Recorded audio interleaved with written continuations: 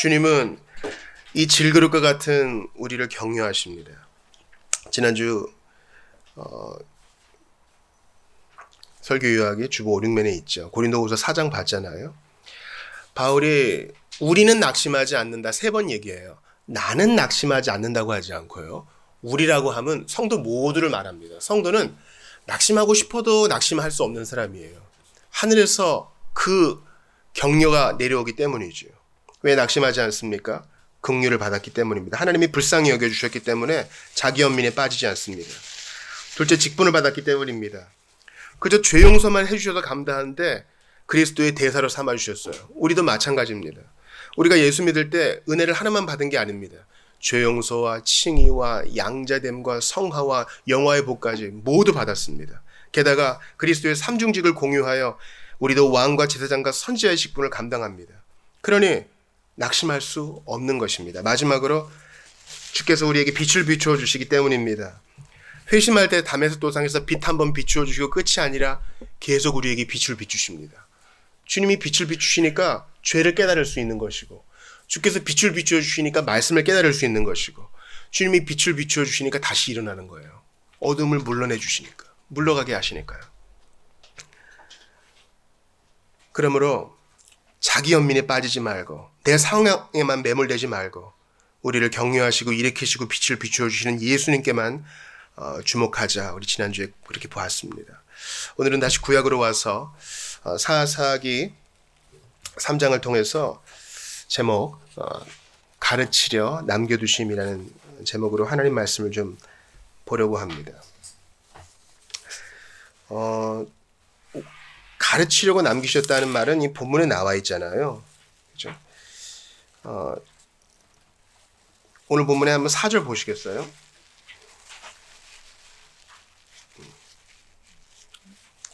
남겨두신 이 이방 민족들, 사실은 하나님이 남겨두시기 전에 그들이 남겨놨죠. 다 정벌하고 내쫓아야 되는데, 그러니까 이 전쟁은 오늘날 그대로 문자 그대로 받을 수 있는 게 아니에요. 뭐 에웃이 칼을 써가지고 에글론을 죽였잖아요. 오늘 주보 일면 한번 보세요. 주보 일면 보시면은 그 등이 보이는 사람이 아마 에웃 같고요. 왼손잡이니까 죽임을 당하는 사람이 에글론 같아요. 신하들이 문 안 열어주니까 발을 가리운다 그랬는데, 발을 가리운다는 말은 사울이 다윗 잡으러 다니다가 굴 속에서 발을 가리운다 그러잖아요. 똥눈다는 얘기예요. 그러니까 이것을 그대로 우리가 문자 그대로 받을 수 없습니다. 우리도 원수를 잡기 위해 마귀를 싸워 이기기 위해서 칼을 들어야 된다. 예수님은 칼을 집어넣으라 그러셨잖아요. 그러니까 이것을 영적 싸움으로 해석해야 돼요. 선으로 악을 이기는 것으로 해석해야 됩니다. 다시 사사기 3장으로 와보시면 사실은 잘못은 그들이 했지만 주님은 그것을 선으로 바꾸사 그들의 교보제로 사용하십니다. 다시 1절을 보세요. 여호와께서 시작. 여호와께서 가나안의 모든 전쟁들을 알지 못한 이스라엘을 시험하려 하시며, 이 시험은 유혹이 아니에요. 테스트 하시려. 2절 보니까 이스라엘의 자손의 세대 중에 아직 전쟁을 알지 못하는 자들에게 그것을 어떻게 가르쳐 알게 하사. 잘못은 우리가 있는데 하나님은 그것을 바꾸셔서 선으로 바꾸셔서 어떻게든 그거 갖고 쓰시는 거예요. 아이한테 요리를 가르쳐 주려고 도마랑 조그만 안전한 칼 주면서 이거 한번 다듬어 봐 했는데 엉망으로 다듬었어요. 그래도 부모는 어떡합니까? 어떻게든 그 재료를 살려서 음식을 만들어내죠. 우리 그림 한번 그려보자. 아이는 펜을 가지고 마음대로 막 그려요. 그렇게 하면 안 돼. 이걸 가지고 능숙한 화가인 부모는 그걸 가지고 산을 만들고 골짜기를 만들고 들을 만듭니다. 그러니까 주님은 1절, 2절, 4절을 연결하면 어떻게 돼요? 주께서는 잘못은 그들이 했으나 그들을 가르치려 하사 남겨두신 자들을 이용하셨다, 사용하셨다, 이렇게 됩니다. 저는 오늘 본문을 통해서 3가지 대지를 좀 여러분과 좀 나누기를 원합니다. 첫 번째 여러분과 좀 나누고 싶은 것은요, 잊어버림의 치명적인 위험이에요. 여러분 저 한번 따라해 보세요. 잊어버림의 치명적 위험. 잊어버린다는 것은 치명적인 거예요. 자, 오늘 본문에 12절 한번 같이 7절 같이 읽어볼게요. 사사기 3장 7절입니다. 큰 소리로 읽어볼게요. 시작. 이스라엘 자손이 여호와의 목전에 악을 행하여 자기들의 하나님 여호와를 잊어버리고 바알들과 아세라들을 섬긴지라. 예. 지지난 시간에 사사기의 그 악순환 패턴 봤잖아요. 처음에 잘못했다가 문제가 생기면 하나님께 부르짖으면 사사를 보내셔서 해방시켜 주셨다가 평온했다가 또 넘어지고 계속 반복하는 거예요. 근데 그 중심에는 뭐가 있느냐? 바로 잊어버림이 있다는 것입니다. 잊어버리면 바로 절반의 제자도를 낳습니다. 그러니까 진짜 제자는 잊지 않는 거예요. 그러니까 사도들을 보시면 예수님과 3년을 동고동락하면서 늘 그분께 배웠잖아요. 교육의 핵심은 바로 반복이에요. 그래야 잊어버리지 않아요. 우리가 기말고사, 중간고사를 맞아서 와다다다다 공부하고 어떻게 그렇게 빛과 같은 속도로 잊어버릴 수 있어요? 반복하지 않으니까. 그런데 지난 시간에도 말씀드렸지만 부모님이 무슨 레파토리를 말씀하시면 속으로 그러죠. 또 시작한다. 그거 지금 하시면 2번 뺀 100번이에요. 뭐 이러면서 우리가 그거 눈 감고 나도 할 수 있겠어요. 왜 그럽니까? 계속 반복해서 들었기 때문이에요. 반복은요 힘이 있답니다. 반복은 힘이 있어요. 운동할 때에도요 무거운 거 한 번에 한 번 딱 들지 말고 나눠서 반복하라. 좋은 동작을 반복하라 그러잖아요. 그들은 반복하지 않았기 때문에 잊어버리는 것입니다. 주님은 청정지역을 만들라고 하지 않으셨어요. 너 쫓아내려는 의지가 있니? 하나님의 명령을 수행하고자 하는 의지가 있니? 왜 그 의지가 꺾였나요? 잊어버렸기 때문이에요. 반복하지 않았기 때문에.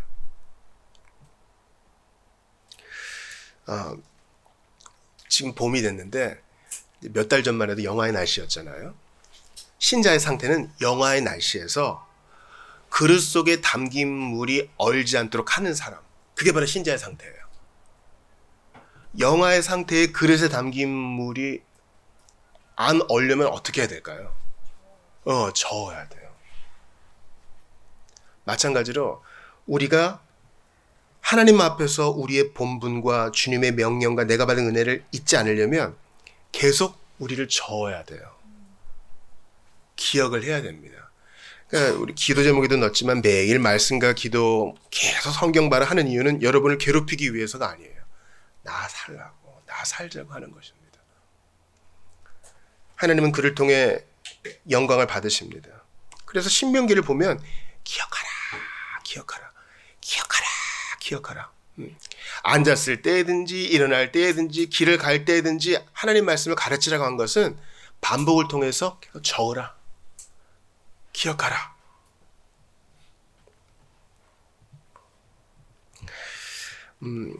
암 전문의가 요즘 그런 얘기를 하더라고요. 요즘은 암에 대한 완치란 말은 없대요. 왜냐면 완치제가 없으니까요. 그 대신 얘를 데리고 살면서 더 나빠지지 않도록 공존하는 거. 즉 계속 관리만 남는다는 것이죠. 참 실제적인 말이에요. 헛된 소망을 주지 않는 거죠.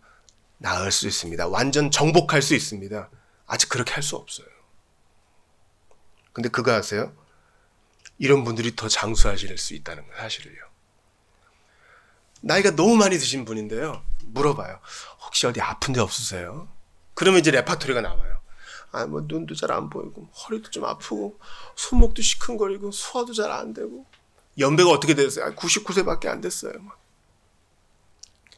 그분이 불편한 건 사실이에요. 그러나 그분은 자기 연약함을 인지하고 계속 관리해. 밥도 적당량 드시고 운동도 매일 하고 의사도 정기적으로 만납니다. 제가 이 말씀을 드리는 이유는 우리가 하나님 말씀을 보고 기도하면서 성도의 교제를 유지하는 것이 바로 잊지 않기 위한 일환이라는 것을 여러분께 알려드리기 위함이에요. 우리가 한 달에 한 번 성찬하는 것도 바로 그것입니다. 한 달에 한 번 성찬 안 하면요, 예수님의 죽으심의 대속적 의미에 대해서, 그 십자가의 피비린내 나는 사랑에 대해서 좀 둔해져요. 빵이 찢어지고 포도주가 우리의 목을 넘어갈 때, 아, 예수님의 피, 십자가에 못 박히심, 그 처절한 죽음에 대해서 우리가 잊지 않을 수 있다는 사실입니다. 잊게 되면 어떻게 됩니까? 은혜도 떨어집니다. 여러분과 성경을 한번 찾아보겠어요. 요즘 이제 학계 강야가 끝나고 베드로 후서를 새벽에 보고 있는데, 베드로서 1장 한번 찾아볼게요. 베드로서 1장이에요.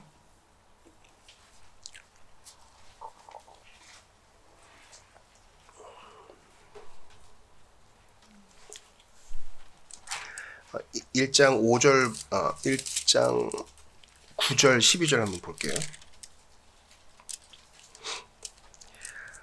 먼저 베드로서 1장 9절인데요. 같이 읽어볼게요. 시작. 이런 것이 없는 자는 맹인이라 멀리 보지 못하고 그의 옛죄가 깨끗하게 된 것을 잊었느니라. 그리스도인의 성품이 하나도 없고 개발도 안 된 자들의 문제가 뭐냐? 잊었다! 이 말이에요. 여러분, 아주 나쁜 사람을 가지고 백은 망덕이라 그러잖아요. 망덕. 자기가 어떤 호의를 입었는지 잊어버린 거예요. 여러분, 잊는다는 것은요, 무서운 일입니다. 기념일이 뭐 별로 중요하지 않은 분들도 계시겠지만, 우리는 시간 속에 살고 있기 때문에 부활절도 지키고 크리스마스도 지킵니다. 왜냐하면 그래 안 있거든요.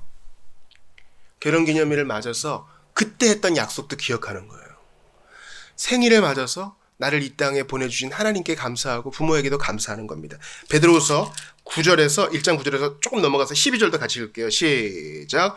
그러므로 너희가 이것을 알고 이미 있는 진리에 서 있으나 내가 항상 너희에게 생각나게 하려 하노라. 지금 베드로, 죽음을 앞둔 베드로가 하는 게 이렇게 쳐주는 거예요. 잊지 않게끔. 잊지 않게끔.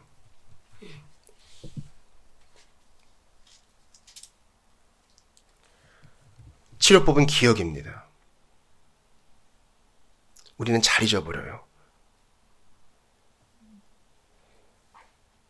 기억이란 것이요, 얼마나 왜곡이 심한지 아시죠, 여러분? 얼마나 왜곡이 심해요? 그 학계 에스라 같은 시기 사람인데요. 학계와 스룹바벨이 같은 시기 사람인데요. 성전 기초가 딱 놓여졌을 때 다양한 감정들이 공존해요. 포로로 귀환한 사람들이 성전 털을 쫙 놔요. 왜냐면 이제 솔로몬 성전이 다 불타버렸으니까 귀환한 자들이 성전 털을 놔요. 그리고 성전 이제 그것을 기념하려고 모이는데 울음소리, 기쁨소리, 찬양소리, 악기소리가 혼재돼 있어요. 우는 사람은 왜 울까요?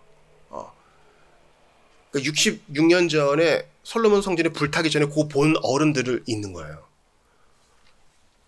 이거 보니까 터만 보니까 너무 초라해. 초라하기도 하지만 그들이 너무 어릴 때 봤기 때문에 실제보다 더 크게 보였을 거예요. 분명히. 커서 보니까 지금 터는 더 적어 보이고 그런 걸 수도 있어요. 우리의 기억은 오류가 상당히 많아요. 너 그랬잖아. 아주 정말 목에 힘을 주고 장을 지진다 그랬는데 사실 아닐 때도 있어요. 우리 기억이 그렇게 오류가 많습니다. 그러므로 이 기억을 벼리기 위해서라도 매일 성경 보셔야 돼요, 여러분. 그래야 내가 어떤 은혜를 받고 어떤 용서를 받고 어떤 자비하심을 힘입고 살고 있는지를 알 수 있어요. 아니면 배은망덕한 사람이 돼요. 우리가 성경을 암송하고 성찬에 참여하고 공동체 나눔을 하는 것도 바로 그 이유가 있어요. 오후에는 가급적 한 사람만 가르치는 게 아니라 서로가 서로에게 가르치는 시간을 가지려고 하잖아요. 다른 지체가 나누는 거 들을 때 깜짝 놀랐지 않아요? 맞아. 저거 내가 잊고 있었던 거야. 주중에 한 성도가 우리 지체 중에 한 분이 그런 얘기 하더라고요. 자기가 착각했었대요. 주님이 사실은 안 계신데, 잘 들으셔야 돼요. 사실은 주님이 안 계신데 내가 계신 거라고 믿고 사는 거 아닌가? 여러분, 우리가 신앙이 떨어지면 그럴 수 있어요. 내가 그렇게 세뇌에 대해서 사는 거 아닌가? 그런데 일련의 사건들을 통하여 정신을 차렸다 그래요. 그런 나눔들을 들을 때 우리의 기억이 새로워지는 거예요. 맞아. 야곱이 돌단을 쌓으면 뭐라 그럽니까? 맞아. 주님이 여기 계시는데 내가 몰랐구나. 눈이 열려지는 거예요. 기억이 치료법인 것을 기억하십시오. 그리스도의 용서와 구원이 우리에게 생생하면 분명 인격과 삶 속에서 실행될 것이고 이미 아는 것도 그래서 되새겨야 됩니다. 머릿속만 아니라 마음속에서 역사하도록 생겨야 하는 것입니다. 이건 바로 첫사람 아담과 하와에게도 마찬가지였어요. 여러분 우리 금요일에도 이제 소유리 문답하면서 그걸 나눴는데 세상 사람들은요 하나님을 대단히 노망들고 꼰대짓하는 할배로 봐요. 아니 잘해줄 거면 끝까지 뭐 잘해주든가 그렇게 그냥 인색해가지고 그 열매 하나 먹는다는 걸 못 먹게 하고 성격 괴팍해. 안 믿는 세상 사람들은 그렇게 오해해요. 근데 그들의 넘어짐은 선악과를 따는 순간, 따서 먹는 순간 이루어진 게 아니에요. 하나님이 주신 이 말씀을 잊어버린 데부터 시작한 거예요. 뱀이 꼬드길 때 쫓아내지 않았어요. 한번 들어볼까? 한번 얘기해볼까 하다가 말씀을 곱게 해요. 만지지도 말라 하였노라. 다 주긴 했지만은 저거는 안 된다고 했어. 하나님을 공연히 나쁜 분으로 몰아가는 거예요. 아담과 하와는 잊었습니다. 아담은 자기의 부인인 하와한테 가르치는 것을 잊었고 본인 자신도 잊었습니다. 그를 쫓아내지를 않잖아요. 그러므로 기억은 우리의 신앙을 지키는 핵심적인 요소임을 기억하십시오. 우리가 사실 예배 때 오고 성경 공부 때 배우는 건요. 사실 다 아는 거야. 우리가 이거 하나님 감사합니다. 책도 읽는 것도요. 사실을 아는 거야. 우리가 기독교 서적을 읽는 이유는 내가 체험한 게 진짜라는 것을 확증받는 시간이에요. 내가 어떻게 말로 표현하지 못했던 실제가 나한테는 있어. 근데 그것을 탁월한 사람들이 정리해 놓은 것을 보면 맞아. 그거 맞아. 거예요. 두 번째 대지는요. 즉 우리가 가르치려 남겨두신 하나님의 이런 허용 속에서 신앙을 지키기 위해서는 첫 번째 잊어버림의 치명적 위험을 기억해야 되고 두 번째 연약함을 통해 그래도 일하시는 주님을 기억해야 됩니다. 하나님이 연약함을 통해 일하신다는 사실을 기억해야 됩니다. 저 한번 따라해 보세요. 연약함을 통해 일하시는 주님. 하나님은 연약함을 통해 일하세요. 오늘 본문에 사사가 몇 명 나오죠? 젖지가 3명 나오지 않나요? 그죠? 첫 번째 사사는 누구입니까? 온니엘이죠. 온니엘. 온니엘은 여러분 사사기 1장에도 나와요. 갈렙의 딸과 결혼한 사람이에요. 그러니까 여호수아의 세대는 다 죽었는데 거기에 걸친 사람. 온니엘은 지금 나이가 엄청나게 많아요. 그 세대 사람들 중에 나이가 제일 많은 사람일 거예요. 사사기 1장 한번 보시겠어요? 1장 13절이에요. 같이 읽습니다. 시작. 갈렙의 아우 그나스의 아들인 온니엘이 그것을 점령하였으므로 갈렙이 그의 딸 악사를 그에게 아내로 주었다. 갈렙의 아우니가 얼마나 오래된 사람이에요. 지금 한 세대가 지나버렸는데. 그런데 하나님께서는 이 온니엘을 첫 번째 사사로 삼으사 구산 리사다임의 손에서 구원하셨습니다. 나이 많은 할배가 무슨 사사 일을 하겠어? 무슨 전쟁을 지휘하겠어? 하나님은 그 연약함을 통해서도 일하시더라고요. 두 번째 나온 사사는 누군가요? 에훗이죠. 에훗은 오늘 본문에 보니까 오른손잡이입니까? 왼손잡이입니까? 왼손잡이죠. 베냐민이라는 뜻은요. 벤아민. 아들인데 어떤 아들? 오른손의 아들이라는 뜻이에요. 근데 굳이 왜 왼손잡이라 그랬을까요? 여기에서 이제 해석이 첨예하게 갈립니다. 그래서 오른손이 제한된 히브리 말로는 그래요. 그래서 후에 이제 17장 이후에 나오면은 베냐민 사람들은 이렇게 왼손으로도 돌을 잘 던졌다 이런 얘기가 나오는데 양손을 썼다 이런 표현일 수도 있어요. 어찌됐거나 그 당시에 일반적이지 않은 사람이었어요. 어떤 사람은 에훗이 장애인이라고도 얘기합니다. 어찌됐거나 왼손잡이였어요. 그런 표현을 쓸 이유가 없는데 왼손잡이라고 쓴 이유는 그가 좀 독특했던 것 같아요. 15절 보세요. 이스라엘 자손이 여호와께 부르짖으며 여호와께서 그들을 위하여 한 구원자를 세우셨으니 같이 읽습니다. 그는 곧 베냐민 사람 게라의 아들 왼손잡이 에웃이라. 이스라엘 자손이 그를 통하여 모압 왕 에글론에게 공물을 바칠 때예요.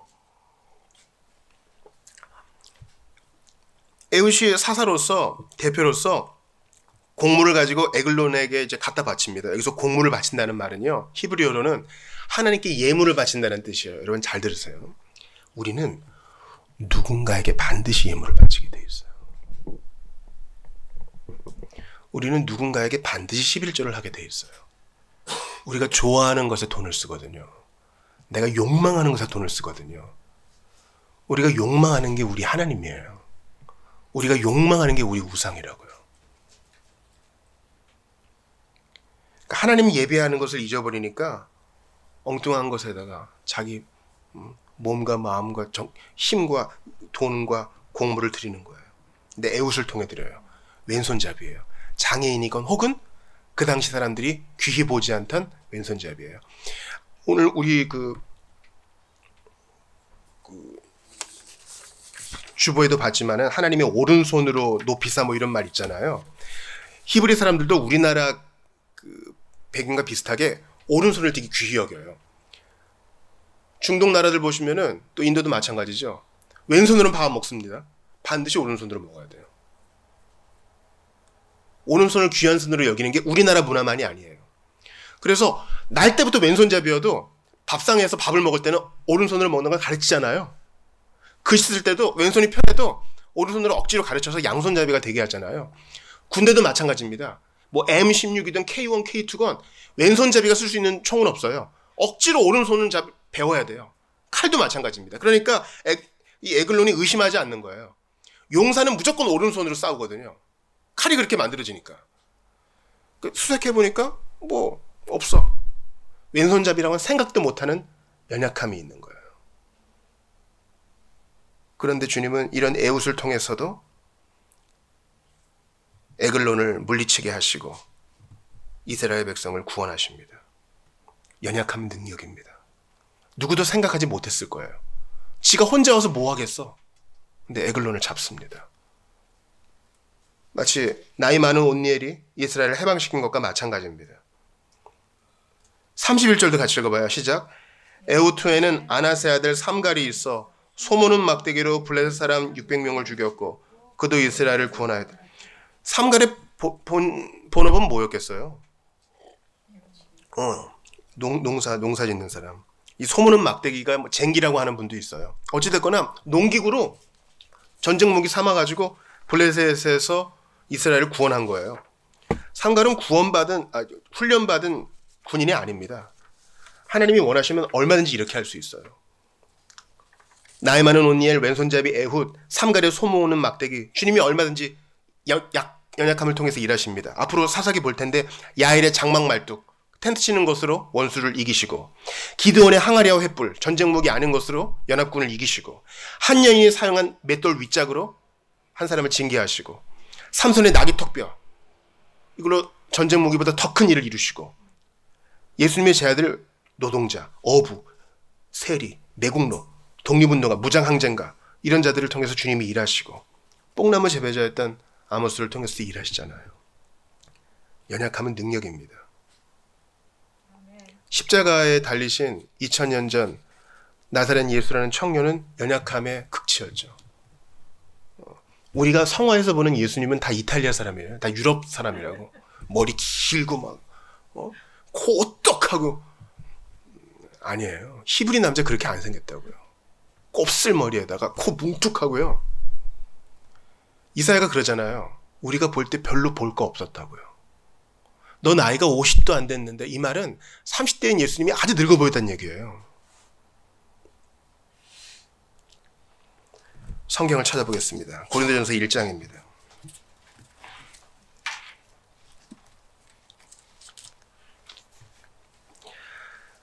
세상은 모르겠지만 신자는 약함을 자랑하는 사람입니다.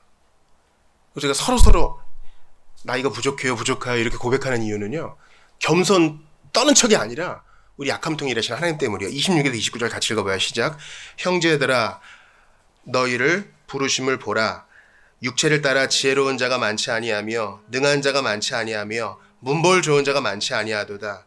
그러나 하나님께서 세상의 미련한 것들을 택하사 지혜 있는 자들을 부끄럽게 하려 하시고 세상의 약한 것들을 택하사 강한 것들을 부끄럽게 하려 하시며 하나님께서 세상의 천한 것들과 멸시받는 것들과 없는 것들을 택하사 있는 것들을 폐하려 하시나니 이는 아무 육체도 하나님 앞에서 자랑하지 못하게 하려 하십니다. 맞아요. 문벌 좋은 자가 간혹 있을 수 있어요. 뭐 가이사의 집안에서 있는 사람도 있을 수 있죠. 그러나 대부분은 다 아둘람굴에 모인 사람들이에요. 그러니까 우리는 약함을 자랑하는 사람이에요. 약함이 우리 자랑이에요. 나 넘어졌어요. 근데 하나님을 사랑하는데 어떻게 해요? 이런 뻔뻔함이 있어야 돼, 신앙생활은요. 나 부족해. 나 화 잘 내. 짜증이 이빠이야. 그래도 하나님이 사랑하시고 나를 고쳐 쓰시겠다는데 어떡할 거야? 그래서 불구 대신에 원수를 이렇게 물리치는 것입니다. 성경을 다시 한번 찾아볼게요. 고린도후서 12장 9절입니다. 고린도전서 뒤에 있죠. 고린도후서 12장 9절도 보겠습니다.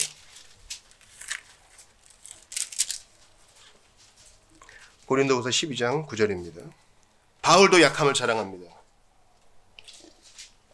자랑할 거 많이 있지만 뭐 학벌이니 가문이니 자랑할 거 많이 있지만 나는 약함을 자랑한다. 고린도후서 12장 9절 같이 있습니다. 나에게 이르기를 시작. 나에게 이르시기를 내 은혜가 내게 족하도다. 이는 내 능력이 약한 데서 온전하여짐이라 하신지라. 그러므로 도리어 크게 기뻐함으로 나의 여러 약한 것들에 대하여 자랑하리니 이는 그리스도의 능력이 내게 머물게 하려 함이라. 맞아요. 내가 연약할수록 더욱 귀히 여기사. 내가 연약할수록 더욱 귀히 여기사. 우리가 신앙생활 하다가 점점 나의 강함이 드러나면 희한하게 은혜가 안 돼요. 주님이 빛을 비춰주실수록 내 약함이 더욱 드러날 때 우리는 주께서 가르치려 남겨두신 것들을 통해서 살아남으며 영적으로 자랄 수 있는 것입니다. 마지막으로 여러분과 나누고 싶은 것은 답 없는 상황 속에서 주님이 어떻게 이 문제를 해결하시는가입니다. 사사기 3장을 보시면요. 사사가 살아있을 동안만 좀 괜찮아져요. 온니엘이 살아있을 동안만 80년 괜찮다가 또 온니엘 죽으면 또 넘어져. 또 에훗이 살아있을 동안만 괜찮다가 80년 동안 괜찮다가 40년 괜찮았다가 나빠지고 또 80년 동안 좋았다가 나빠지고. 여기서 우리의 문제가 있어요. 사사가 살아있을 동안만 괜찮구나. 인간 사사를 통해서는 답이 없구나. 이런 거예요. 언제까지나 이런 악순환 속에 살 수는 없잖아요.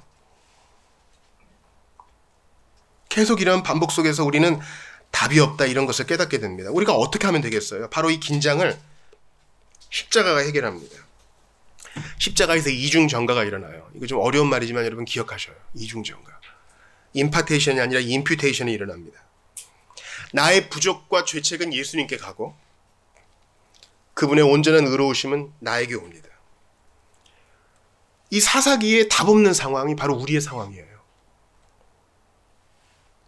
여러분 성경을 보면 어떨 때는 좋은데 어떨 때는 헷갈릴 때가 있어요.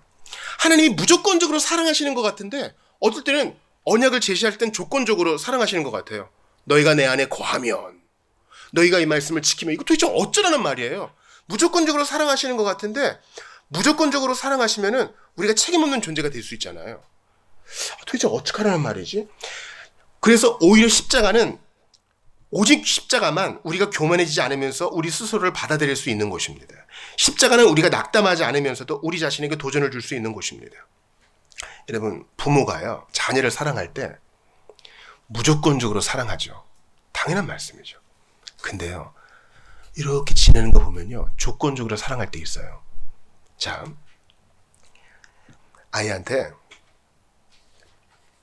아이가 이제 유치원도 다니고 말도 좀 알아들어요.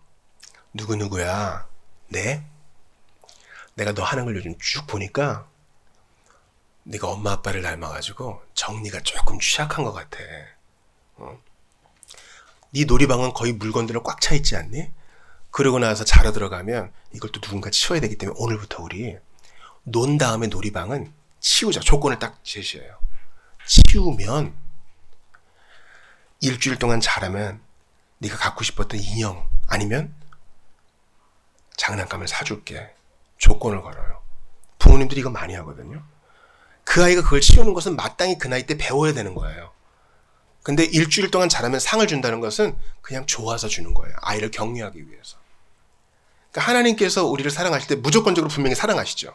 그런데 네가 나에게 가까이 하면 나도 너에게 가까이 하리라. 네가 이것을 순종하면 내가 너에게 복을 주리라. 이렇게 하신 이유는 아까와 같은 비유에 똑같이 상응하는 거예요. 오직 십자가에서 우리는 이것을 해결할 수 있습니다. 그리스도께서 십자가에서 못 박히신 복음이 없다면 우리는 항상 하나님 약속의 무조건성 때문에 죄에 안일하게 굴복하거나 또는 하나님 약속의 조건성 때문에 죄책감과 두려움의 짐을 지고 살아갈 것입니다. 십자가는 우리가 그 긴장의 해소를 발견하는 곳입니다. 여러분 생각해 보세요. 예수님이 간음 중에 발견된 여자한테 말씀하세요. 자기 다 투석형을 하려고 돌을 집어들었어요. 희한하죠? 간음의 현장이면 쌍방의 문제인데 여자만 잡혀왔다는 것은 누군가 덫을 놨다는 뜻이에요. 남자놈은 도망갔어. 여자는 근데 체념해요. 근데 예수님이 너희 중에 죄 없는 자가 먼저 치라 그러니까 나이 많은 사람부터, 자범죄를 더 깨닫는 사람부터 먼저 도망가죠. 그리고 여자와 예수님만 남아요. 예수님 뭐라 그럽니까? 여자야, 너 죽이려고 하는 사람이 있느냐? 없습니다. 없지. 나도 너를 정죄하지 아니하노니. 그 다음 뭐라 그러십니까? 가서 다시는 이런 죄를 범하지 말라. 좀 고마운 말이지만 가서 다시는 이런 죄를 범하지 말라고. 우리가 실존적으로 알잖아요. 난 또 그러거든요. 그걸 주님이 모르실까요? 주님은 다 아세요. 주님이 그 여인에게 그리고 우리에게 원하시는 것은 용서받았니? 난 앞으로 너를 무조건적으로 용서할 거야. 그러나 계속 시도해봐. 얼음이 얼지 않도록 계속 휘젓는 것처럼 분투해. 난 어차피 오늘 시험 100점 못 맞으니까 공부 안 할게요. 그런 학생을 보면 선생님이 어떤 마음을 가질까요? 90점 맞아도 괜찮아. 50점 맞아도 괜찮아. 하려고만 해봐. 신인이라도 해봐. 그럼 네 실력이 나아질 거야. 주께서 그런 마음으로 우리를 보지 않으실까요?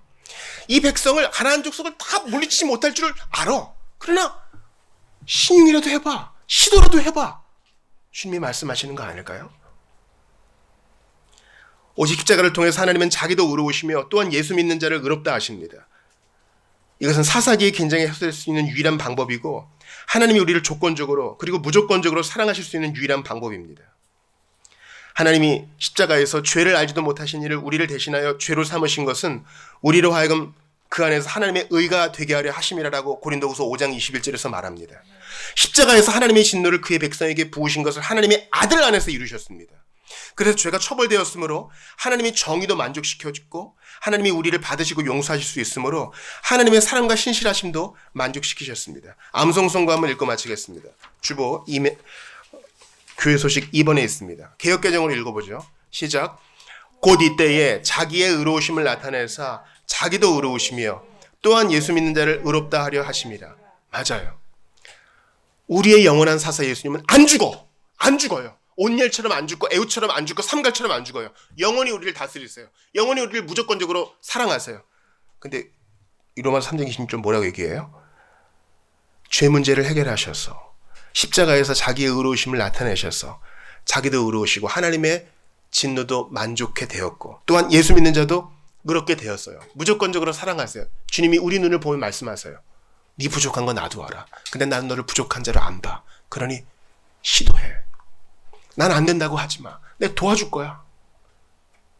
내가 나이 많은 온니엘도 썼다. 왼손잡이 에웃도 썼다.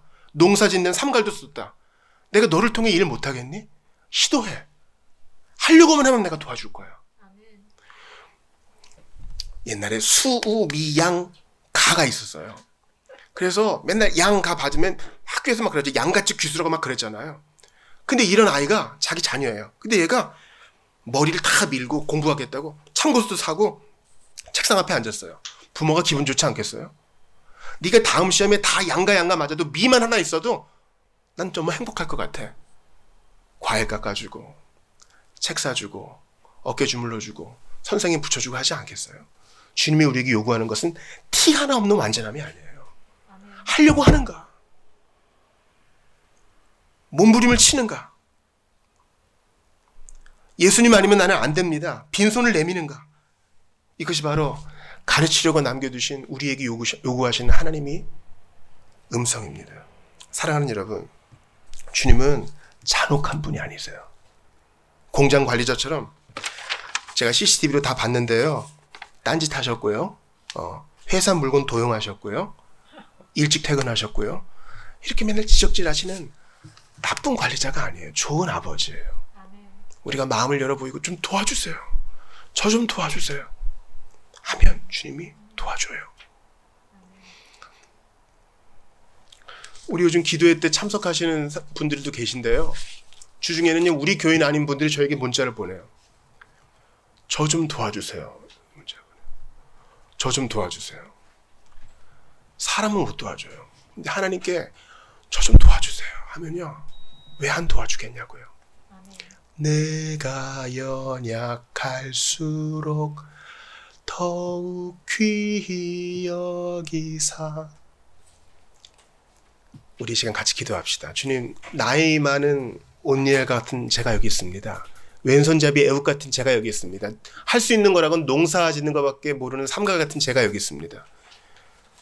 십자가의 연약함을 다 짊어진 제가 여기 있으니 저를 좀 도와주십시오. 저는 끊지 못하는 것이 있고요. 해내지 못하는 것이 있고요. 용서하지 못하는 것이 있고요. 답답한 것이 있고요. 화내고 싶은 것이 있고요. 짜증나는 것이 있습니다. 그러나 저를 도와주세요. 불구대천의 원수가 내 주변에 널려 있습니다. 그러나 주님이 도와주시면 능히 이길 줄 압니다. 십자가에서 이 긴장을 이기신 주님, 예수 믿는 자를 의롭다 하셨으니 능히 도우실 줄을 믿습니다. 하나님 함께하여 주시옵소서. 오늘 주신 말씀 붙들고 같이 한번 기도하겠습니다. 하나님, 가르치려고 남겨두신 불구대천의 원수 사이에서 저는 신음합니다. 저를 붙잡아 주십시오. 안 되는 게 있습니다. 같은 죄에 계속 넘어지고요. 답답한 일에 짜증을 내고요. 쉽게 변하지 않는 현실 속에서 화를 냅니다. 포기해버릴 때도 많습니다. 하나님 도와주시옵소서.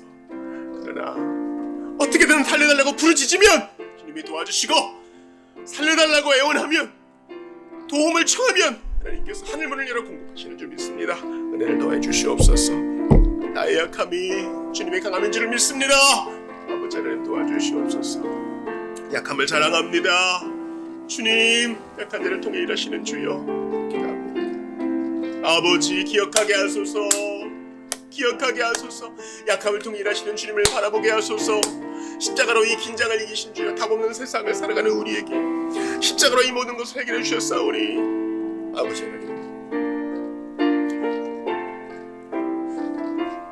아버지 도와주시옵소서. 아버지 간절히 빌고 바라고나 합니다. 주님 도와주소서. 아버지여, 은혜를 베푸소서. 주님, 답 없는 세상에 살아가는 우리에게 작은 일에 낙심하고 반복되는 죄악에 한숨 쉬고 주변의 일들 때문에 짜증내는 내게 오늘 이 말씀 주신 거 감사합니다. 남겨두신 불구대천의 원수 속에서 우리는 절망할 때 많은데 주님은 기억하라 하시니 잊지 않겠습니다. 매일 말씀과 기도 속에 살게 하소서. 주님, 연약함을 통해 일하신다 하였으니 이 빈손 올려드립니다. 이 연약함을 고쳐주시고 이 연약함을 통해 하나님의 능하심을 경험하게 하여 주옵소서. 주여, 사사가 죽으면 또 넘어지고 사사가 살아있을 땐 괜찮아지다가 사사가 죽으면 또 넘어지는 이 답없는 세상의 사이클 속에서 우리를 십자가로 구원하셨으니 예수님의 대속의 피는 우리를 능히 일으킬 줄을 믿습니다. 주여, 포기하지도 말고 절망하지도 말고 낙담하지도 말고 십자가로 이 모든 것을 이루신 예수님을 바라보고 도움을 청할 수 있도록 도와주시옵소서. 바득바득 내 힘으로 해내는 고집을 다 내려놓고 예수님께 도움을 청하여 우리의 죽지 않으시는 영원한 사사, 영원한 재판관이요, 영원한 제사장이요, 영원한 선지자, 영원한 왕 되신 예수님 앞에 모든 것을 맡겨 나도 너를 정죄하지 아니하느니 가스타시는 이죄를 범하지 말라 말씀하신 그 말씀이 이루어질 수 있도록 주여 은혜를 베풀어 주옵소서. 바쁜 인생을 살아갑니다. 그러나 주님께 도움을 청하고 주님과 대화하는 것만큼 긴급한 일이 어디에 있겠습니까? 한 주간 내내 예수님과 교통하는 아름다운 시간 될 수 있도록 도와주소서. 십자가에서 원수 마귀의 목을 꺾으시고 우리를 자유케 하신 우리 구주 예수님 이름으로 기도드리옵나이다. 아멘.